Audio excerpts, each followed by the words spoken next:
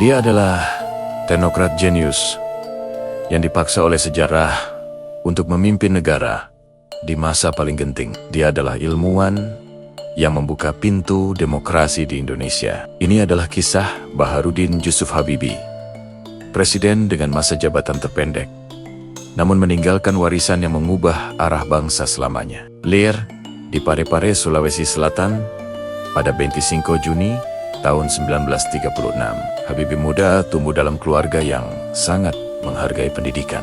Kematian sang ayah saat ia remaja menjadi titik balik yang membentuknya menjadi pribadi yang disiplin dan penuh ambisi. Ketertarikannya pada matematika dan fisika membawanya terbang jauh hingga ke Jerman Barat. Di RWTH Aachen University, Habibie mendalami teknik penerbangan. Hidupnya tidak mudah.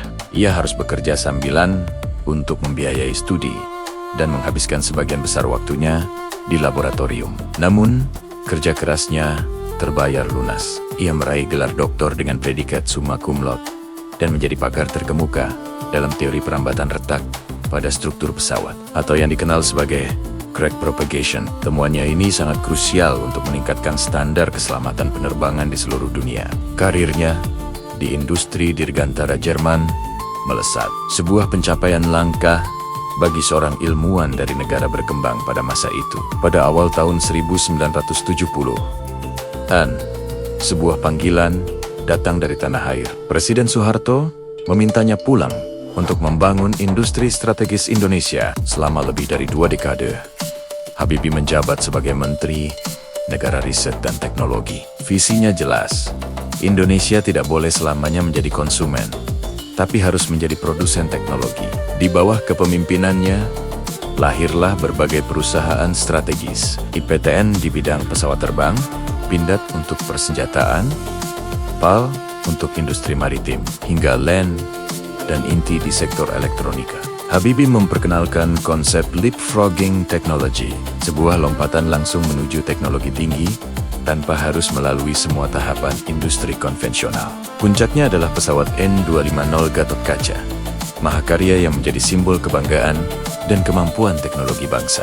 Namun, visi besar ini bukannya tanpa kritik. Banyak yang menganggap proyek-proyek mercusuar Habibie menghabiskan anggaran negara yang sangat besar dengan hasil ekonomi yang belum sepadan. Pesawat N250, meski dipuji sebagai tonggak sejarah, juga dipertanyakan kelayakan bisnisnya. Habibie berada di tengah pusaran perdebatan antara idealisme teknologi dan realitas ekonomi sebuah negara berkembang. Kedekatannya dengan Presiden Soeharto membawanya ke lingkaran inti kekuasaan Orde Baru pada Maret tahun 1998 di tengah hantaman krisis ekonomi Asia. Habibie diangkat menjadi wakil presiden. Saat itu, Indonesia berada di jurang kehancuran. Nilai rupiah anjlok, inflasi meroket, dan kepercayaan publik terhadap pemerintah runtuh total. Gelombang demonstrasi mahasiswa menuntut reformasi dan mundurnya Soeharto. Dan pada 21 Mei tahun 1998, sejarah pun mencatat babak baru. Setelah 32 tahun berkuasa, Soeharto mengundurkan diri. Sesuai konstitusi, B.J. Habibie dilantik sebagai Presiden Republik Indonesia yang ketiga. Namun, legitimasinya diragukan. Ia dianggap sebagai bagian dari rezim lama yang baru saja tumbang. Habibie memulai pemerintahannya di tengah krisis multidimensi yang melanda negeri. Disinilah karakter asli seorang Habibie muncul. Dalam waktu yang sangat singkat, ia mengambil langkah-langkah berani yang tak pernah terbayangkan sebelumnya. Ia membebaskan para tahanan politik, mencabut pemberadalan pers, dan membuka keran kebebasan berpendapat seluas-luasnya. Puluhan partai politik baru lahir, menandai era multipartai. Undang-undang politik direvisi, dan pemilu 1999 disiapkan sebagai pemilu paling demokratis sejak tahun 1955. Semua ini adalah fondasi awal dari era reformasi yang kita kenal hari ini. Di bidang ekonomi, pemerintahannya bekerja sama dengan IMF untuk menstabilkan negara. Restrukturisasi perbankan dilakukan, dan sejumlah kebijakan yang tidak populer terpaksa diambil demi mencegah kehancuran ekonomi yang lebih parah. Langkah-langkah ini memang menuai kritik. Namun, secara bertahap berhasil memulihkan stabilitas makroekonomi Indonesia. Namun, ada satu keputusan yang menjadi kontroversi terbesar dalam pemerintahannya. Pemberian opsi referendum bagi Timor Timur, wilayah yang menjadi bagian Indonesia sejak 1976 ini, terus menjadi sorotan internasional. Pada tahun 1999,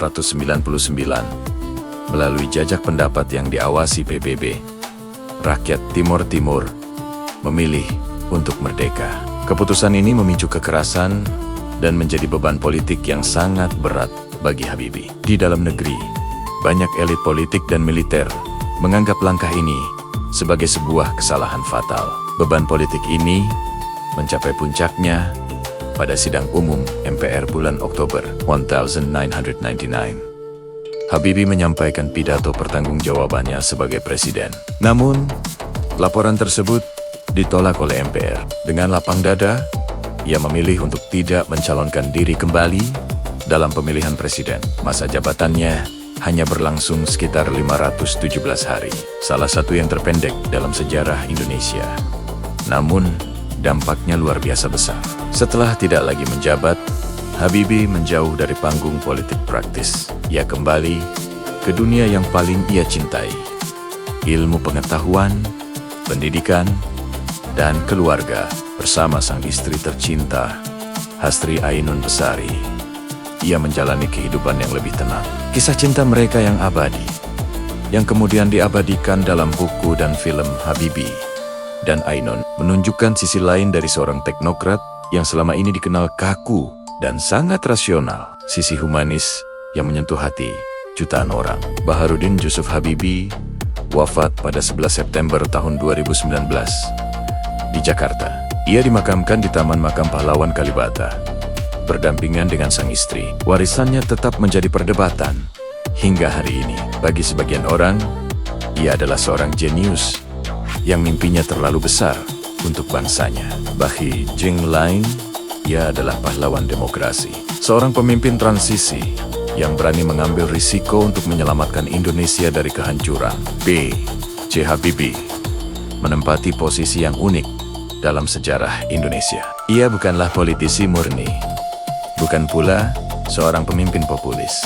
Ia adalah seorang ilmuwan, seorang teknokrat yang dipaksa oleh takdir untuk memimpin sebuah bangsa di persimpangan jalan paling krusial. Dan dari masa singkat kepemimpinannya itulah arah baru Indonesia mulai terbentuk, sebuah warisan yang akan selalu dikenang. Terima kasih telah menonton. Jangan lupa like, komen, dan subscribe untuk konten sejarah menarik lainnya. Sampai jumpa di video berikutnya.